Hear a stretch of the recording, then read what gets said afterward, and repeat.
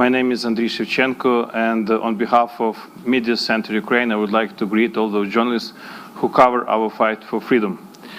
We have a very special event right now. We thought, even under these terrible and dramatic circumstances, we could bring some art and some music here. And we have very special guests with us for this event. In a moment, I'll invite here representatives of the Luhansk Philharmonic Orchestra, which was relocated from the occupied territories to Lviv, and they will tell us about the performance that they are going to present here in Lviv in cooperation with the local musicians. So without further ado, I would like to invite here Ihor Shapovalov from the Luhansk Philharmonic Orchestra, Ivan Ostapovych from the Lviv City Council, and wonderful musicians from the Luhansk Philharmonic Orchestra. Please welcome.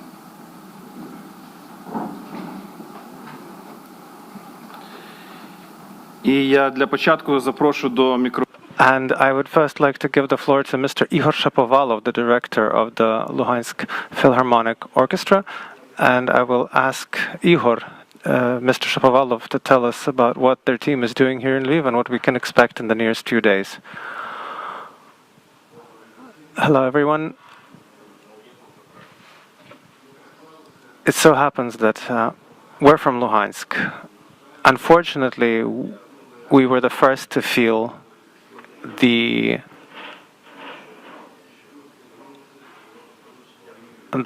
pros and cons, all of the ins and outs of this Russian world that reached Luhansk in 2014. That's when we had to leave Luhansk and relocate to Ukrainian-controlled territory. It so happened that in 2015 we managed to reopen the Philharmonic in Severodonetsk.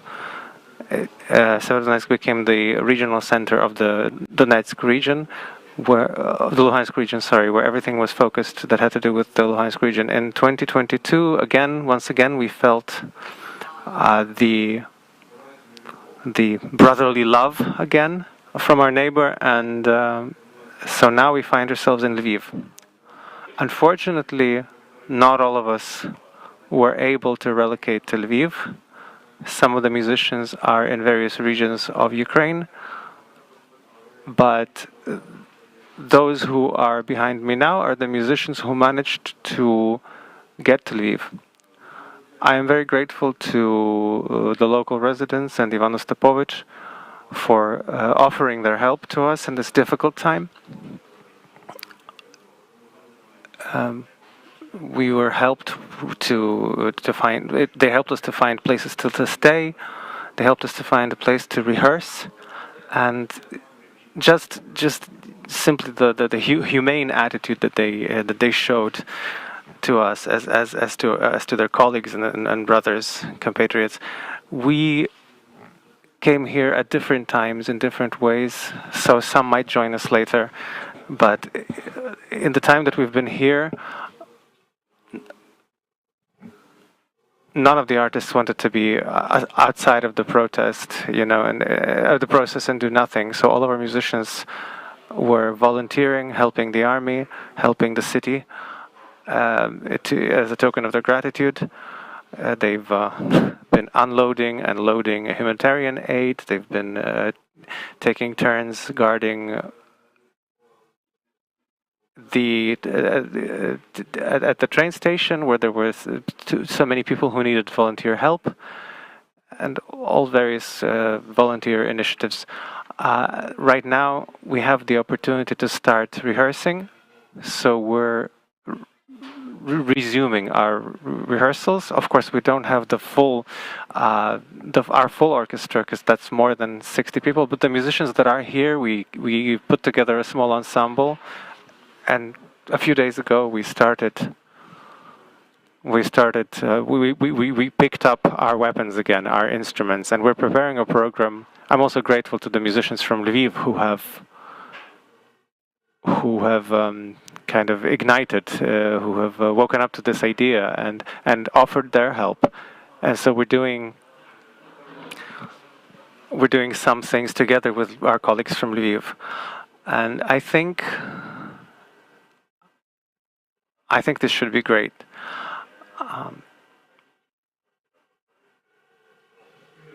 Thank you. I would like to give the floor to Ivan Ostapovych, the head of the administration of culture for culture in the city of Lviv. Well, with the start of the war, I remember the call, Ihor's call from in the morning when the bombing started. Ihor called me and said, you know, that they're all coming to Lviv, those who have the time, and of course we had to support them. We tried to provide a shelter, a rehearsal base, and whatever else we can provide. We know that all over Europe, all over the world, the Russian cultural front is quite aggressive towards Ukraine, and even now, Russian artists, Russian media seem to this day to suppress any kind of cultural intentions. So it seems that it feels like we're fighting for the whole world to see that we're not some kind of secondary culture, some kind of supplement to Russian culture. We're talking about this to various cultural figures and journalists, and it is artists, including the artists of the Luhansk Philharmonic, are an example to this. Because whatever happens in a difficult time, we have to resume our work, we have to do what we can where we are, and talk about our culture as a vibrant, existing thing, culture, tradition. We have to talk about it all over the world. And as Ihor said, yes, there is a small group now, they're starting rehearsals. We hope that we'll be able to show more or less public these artists on stage, to the extent that it'll be possible. Thank you. I have a question to Ihor. Obviously, in Luhansk, you have friends, and in your group, you probably have relatives. Could you tell us something about what you've been hearing from them, from people who have been in occupied territory all these years, or from those who are now in the area of combat, of hostilities? Well, there is. Yeah, we have friends in occupied territories. There's people I know in territories where war is ongoing, where combat is ongoing right now. Severodonetsk, for instance, unfortunately, every day it's being shelled. Sometimes 2, 3, sometimes 10 attacks a day. So, you know, they're hitting us with everything they got. And Severodonetsk, it's a horrifying situation right now.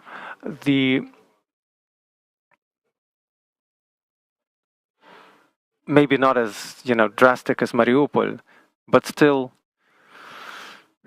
something like, because there's humanitarian aid is not really getting through. There's some, but it's still very slow, and still the Luhansk regional administration is trying constantly to organize evacuations and evacuate people. Firstly, it's very scary and very painful. It hurts a lot. As far as occupied territory, there's different people there. I can say that in 2014, 2015, many people stayed there as well, who have a reasonably pro-Ukrainian stance, but for various reasons they couldn't leave the territory. This has to do with their financial situation and renting a place to live. It's a very complicated process. I know how difficult it can be to organize. And of course, the people who live there, they've been there for now for some of them. They've been waiting for that territory to be liberated for 8 years now, and we're waiting for that as well. And of course, there are people who don't want that. The only thing I can say is that perhaps they should go.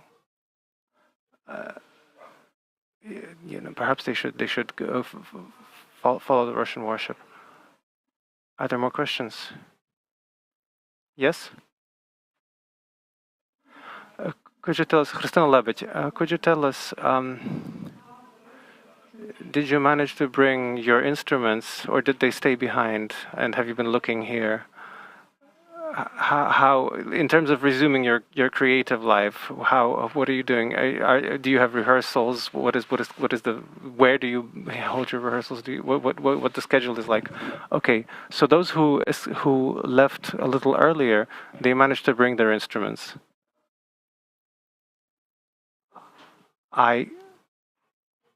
We we loaded the instruments into the car. Some of us only took the instruments. People who left later in the last few days, they simply didn't have the opportunity to get into the rehearsal base and pick up their instruments, and so they came here without their instruments. But there's good people everywhere, and we have our colleagues, we have people of goodwill, and they helped us. And if they have some backup instruments, they provided those to our musicians. As far as rehearsals, we hold them in the organ hall, Orhanny Zal, and I think that's where our concert will eventually take place, probably. I mean, bit by bit, just like in 2014. A question maybe for both of you: in conditions of war, is there room for music in war? It's a tricky question. As they say, the muses are silent where guns roar, but because we are in Lviv in relative calm, to the extent that is possible, we have to talk about that life goes on. That life goes on, and that we have to renew the work that is possible to renew. And it seems to me that there has to be a place for music and art, because it helps people at least distract themselves from the constant informational noise, to focus, to just think clearly, to hear their own thoughts. Because when there's all this information, this assault of information that brings people into that makes people freeze. Music brings people back in a good sense. They help people concentrate and hear their thoughts again, clear their thoughts. So I think art has to remain, and that's why it's here. I can only say on my behalf that music is always timely, just in general. And when a person is born, we meet them with music. We are happy. When a person departs, when there's a funeral, we often say goodbye with music. Secondly, when we were living in Severodonetsk, war there lasted pretty much all the time. It's really close to the fault line, and so we never forgot this. And when we were giving concerts, there was always this sort of quota for the National Guard, for the military. We would always invite them for free to our concerts. Moreover, our group, we constantly went to the fault line, to the front line with concerts for, to maybe lift morale for the people fighting on the front line. We often had to talk to military people, and we asked them. Of course, the commanding officers always say, "Oh, it's very cool, it's very interesting." So the military can talk to the musicians and listen to some music and the positive emotions, and all this kind of psychological recovery. But then we also talk to, rank and file, servicemen and women, ordinary people, ordinary soldiers, and they seemed always happy. And along as the years went on, we even had the more demand from the military. They wanted to end up at a concert. The demand kept growing. So I think today still, as this war has become greater in scale, I think still, just like on the TV, there's always the social advertising. The psychologists say what you have to do to even stay functional, and music is one of those. Is one of those things that help you relax, that help you bring your brain into a normal. What are we about to hear in the street? What's the performance we're about to hear? Like I've said, we haven't we haven't held our instruments in our hands for a long time, and so we're not in professional mid-season form, so to speak, but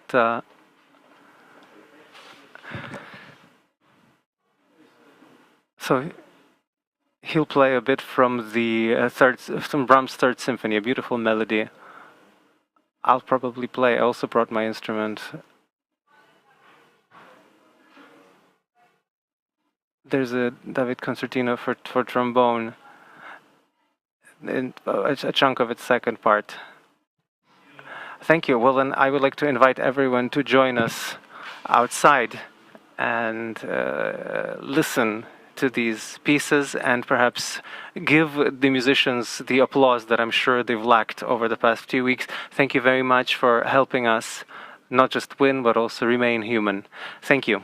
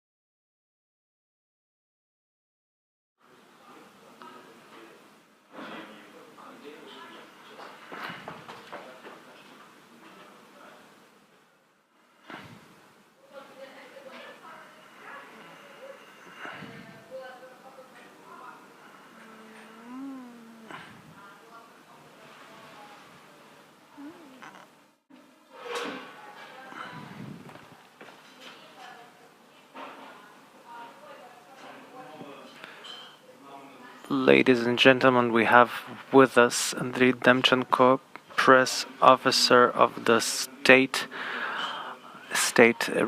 border service. Andriy, can you hear us?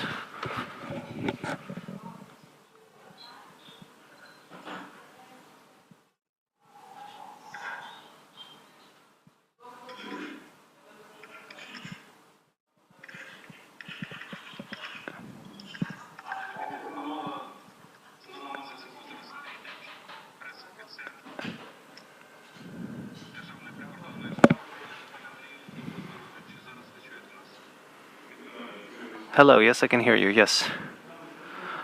I'll probably start with the episode that was online, that was all over the internet today. We saw this meeting between a border guard and the ambassador of Belarus in Ukraine. Could you explain the significance of this episode and why it's so important to give this signal to neighboring countries?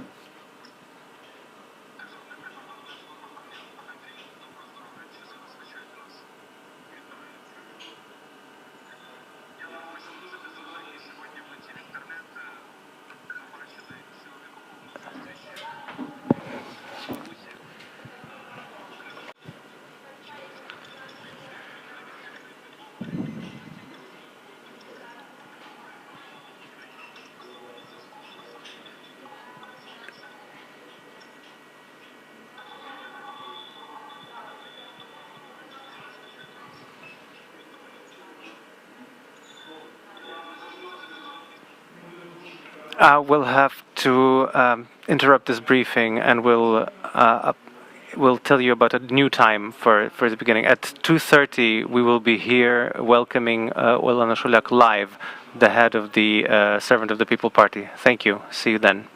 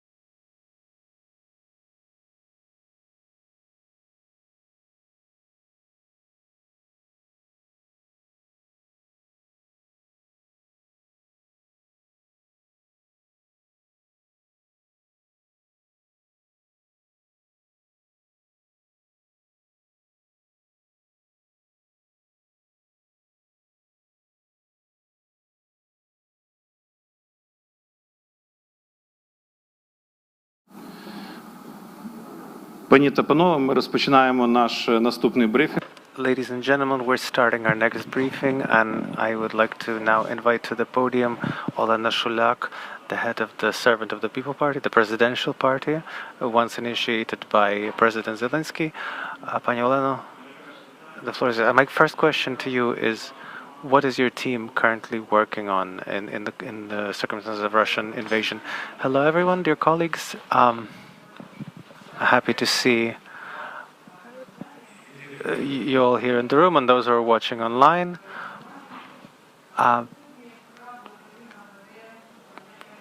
Ukraine is really we're involved in a lot of work in various directions, every day, every night, on the ground and in the sky. Our defenders are resisting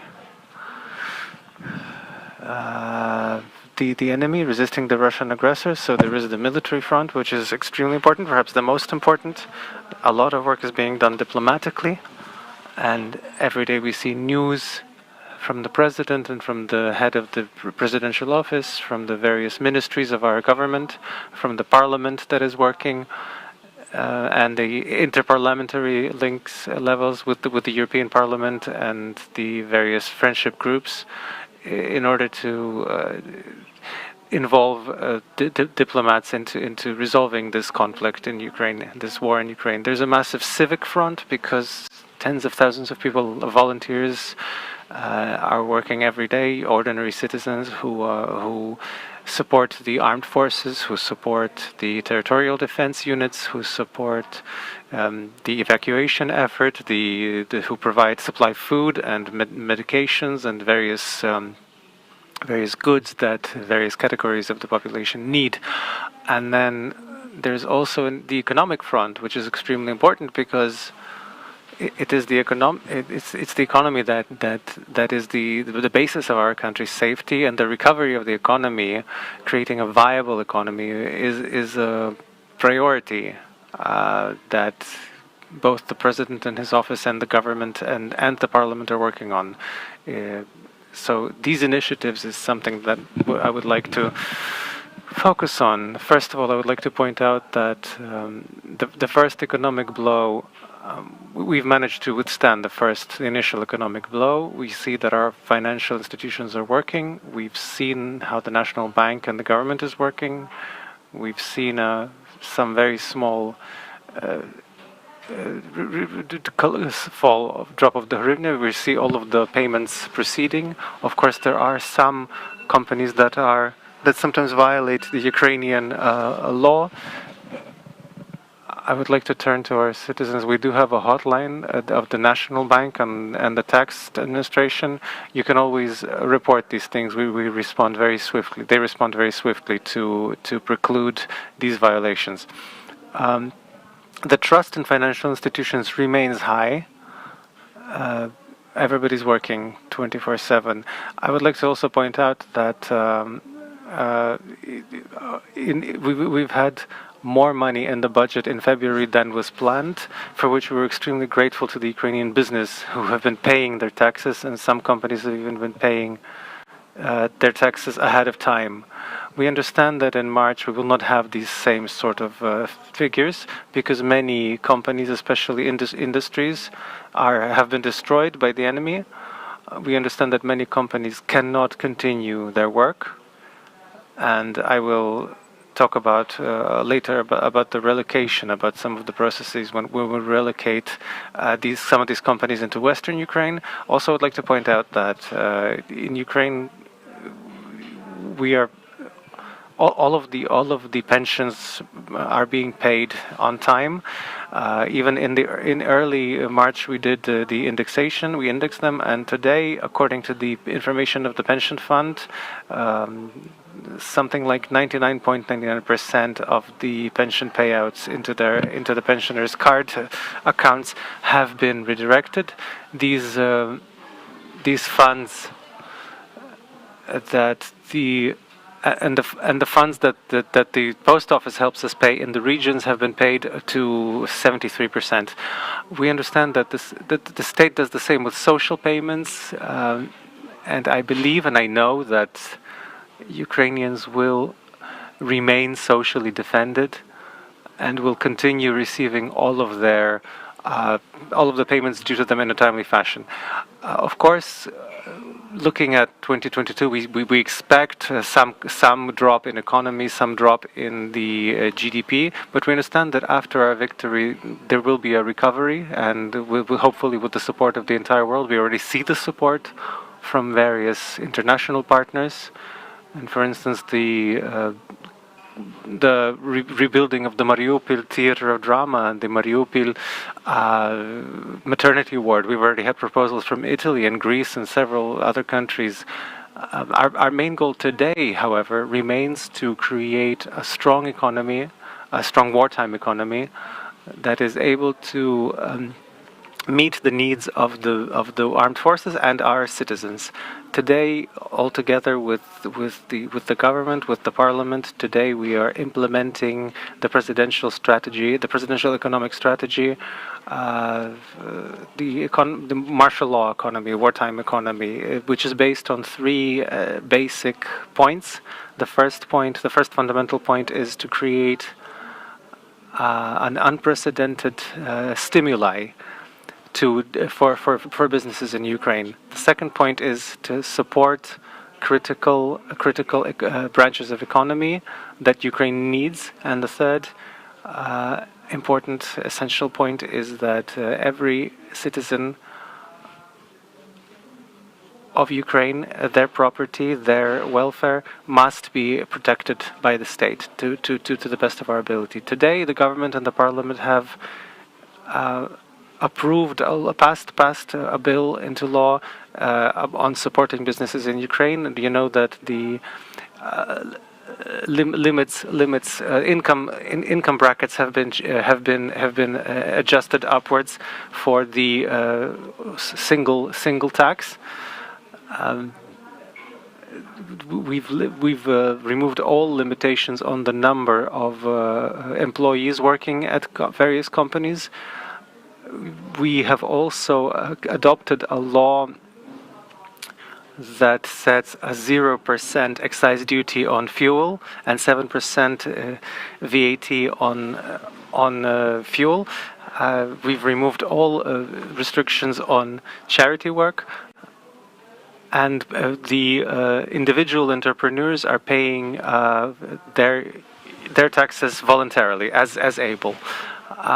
There have been law to stimulate the work of agricultural companies. We understand how important it is to hold our sowing campaign on time. So people who are working in this sphere, who are toiling up to 10,000 hectares, they'll be able to receive credits of up to 50 million hryvnia for 6 months at 0%. Also, already working is a program for relocating businesses. We have over 700 applications to move various companies to Western Ukraine from various companies in the risk zone. Today, also, we have received, and we're working. We have an appointment by the president with 3 main objectives. First of all of the bank savings of our citizens must be protected by the state. Secondly, the 579 program will be expanded, and for the wartime and for a month after the war, the president proposes to tax the businesses at a 0% level, which will then expand after a month after the war. Will expand to 5%. Likewise, the president has told us to totally deregulate, have total deregulation in Ukraine. We have over 600 various permits, licenses that the businesses are required to obtain in order to work. We plan to change this to no more than several dozen of such permits that are critical, such as permits that have to do with nuclear waste, and similar things. Also, the parliament, together with the government, are working on removing certain restrictions for various goods to enter Ukraine. After this bill is passed into law, all of the companies bringing goods into Ukraine will not be paying VAT, will not be paying excise tax or excise duty. There will only be a declaration saying that so that Ukraine can receive all of the necessary goods. Yes, we do have a lot of support from various countries of the world at the moment, and the support that is going through through our borders truly should not be impeded from our side. And maybe just a few words about our parliament. I would like to say we continue to meet. As you can see, once every 2 weeks the parliament meets. We've almost forgotten now what politics is, what political struggle is of various political fractions and groups. Because when you have a war, politics becomes secondary. Whereas the laws that affect the fates of our citizens, that becomes a priority. Last time we had a meeting, we passed over 20 most important laws. We're preparing our next meeting, where I also hope we will have, I hope to see unprecedented consensus to approve important laws. I would like to also point out that the Ukrainian businesses today is not just our partners, they're not just the partners of the government, they are also our partners in arms. They are brothers in arms, because what the Ukrainian businesses are doing now, when they're creating jobs, in creating and producing services and goods, is a massive support for our economy. Of course, there's a lot of there are some instances, individual instances, when representatives of particular business may raise their prices, which we see as in conditions of war, which is unacceptable, as almost marauding. But those are so individual, so rare that they're barely worth mentioning. We also understand that after victory, we'll have to recover. We have to start recovery, and it'll be very important for us that investors, international investors, and Ukrainian investors develop our economy, develop our country, and we would like to have all of the tax stimuli, all of the stimuli for the development of businesses. We would like to keep them after the war ends, because we do have some calculations. These are hundreds of billions of dollars that our recovery will require. So creating these friendly relations between the government and the business, between our different citizens, should be and will be an important priority for us. Thank you. When you talk to your colleagues from parliaments of other countries, to what extent are they clear? Is it clear to them that the drama of the situation and the level of threat that not just Ukraine is facing, but the world is facing? We have a parliamentary group that is working at the international level. Every week we see also in the news what kind of meetings happen with the representatives of the European Parliament and representatives of the various parliaments of other countries. Of course, we convey this information to them. Of course, people understand what's going on in Ukraine. Of course, we convey all of these requests and demands, even I might say, about what Ukraine desperately needs now. For instance, we saw the support that some countries have provided as far as closing the sky above Ukraine. So we have dialogue in place. We have the support. Of course, it would be nice to see more countries involved, but this has to do. This is a matter of time. I think this is only a matter of time that is spent on this. On these negotiations. What will be the role of the parliament in the political regulation when it comes to that? I think, well, the diplomats are working today, the negotiators are working today. The parliament is more observing, much like every Ukrainian, and all of those who support Ukraine are watching these negotiations and hoping that they go our way. Of course, the president stressed the things that are that are non-negotiable for us is, of course, the sovereignty of Ukraine and territorial integrity, and then, of course, the guarantees of security guarantees, so that Ukraine never finds itself in these circumstances. After the diplomats do their work, of course, the parliament will get involved with their discussions, with the understanding of what's going on, and we'll be looking for paths forward. I'm sure we have experience of joining in difficult decisions when we had COVID in Ukraine, when now there's war in Ukraine, in order to find political regulation of these issues. The parliament, I think there will be unity in parliament, and I'm sure we'll find decisions that are best for Ukraine. How has the mood changed in the Verkhovna Rada in parliament after February 24th? Well, like I've said, first of all, Parliament, the parliamentary fractions and groups, political questions have taken have taken a backseat. The work is very constructive. We're working a lot more because we're passing a lot more bills into law than was the case at peacetime. We're all very focused. Everybody's working in their committee, according to their specialization. We talk to experts if we need them in discussions, and there's no sense of like, is it morning, is it night, is it Saturday or Sunday? And you know, we're all working 24/7, much like the president, much like the government. We see how the ministers are working right now, and that's kind of the situation. Thank you. And if we have no further questions, I will thank you at this point. Chair of the Servant of the People political party and member of Ukrainian Parliament. And it is my understanding that Mrs. Shuliak will be available for short individual interviews if anyone needs that. Thank you so much. This completes our program for today. Stand with Ukraine. Дякую.